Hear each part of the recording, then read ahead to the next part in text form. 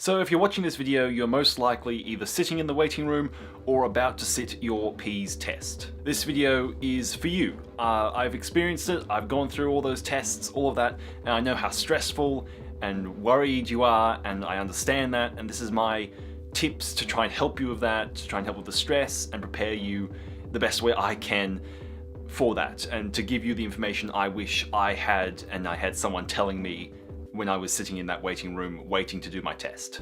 So depending on where you live, this might be called something different, or the rules might be different, or information might be different. So I will say this is for New South Wales Australian tests. That's my experience, that's the only experience I have.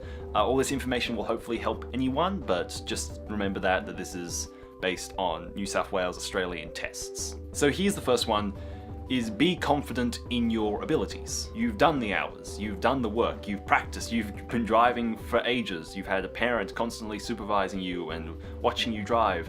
You have done the work, you know how to drive if you're doing this test, so be confident in that.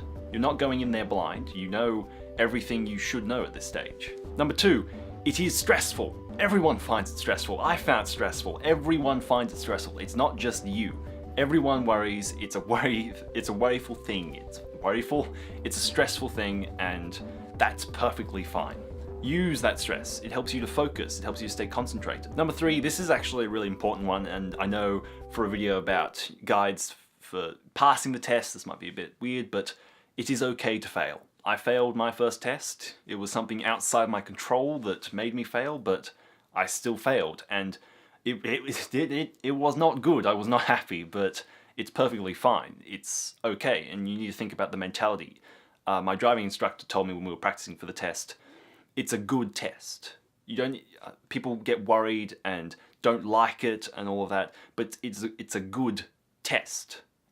It's preparing you for the road. If you don't pass, all that's saying is that you need to practice more. You need to improve in these areas, and they give you the list. They give you the stuff that you need to prepare and be a bit better in. So it's a good test. It's a test to make you the safest you can possibly be on the road. So it's perfectly fine to fail. Number four is take it slow and be safe. So there's all these things about, speeds and all that. Of course you can't go like 10 miles an hour in a 50 zone, but you need to remember just staying safe and going at a speed that you're comfortable with. Here's number five, communicate absolutely everything to the instructor. Absolutely everything. Alright, so you're saying, okay, I'm turning left here, okay, I've got someone coming along there, I'm just going to take it slow because I'm not sure what they're doing, they're not indicating, but they might suddenly start indicating a bit late and they're going pretty fast. It's that kind of stuff, and if they say, okay, just park here, you then repeat it to them, okay, I'm just going to park here then. It's stuff like that you need to constantly communicate to them, because otherwise they worry that you don't know what you're doing, even though in your head you know what you're doing, but you need to tell them that you know what you're doing. Otherwise they worry and they might mark you down for it. Here's number six. This was something I learnt after failing my first test, is don't tell a lot of people that you're doing your test. Because if you do fail, and failing's perfectly fine, you do have to tell a lot of people that you failed, and that can be a bit awkward. So just a little bit of information for that. Just don't tell everyone that you're doing your test. Tell a few people, not everyone.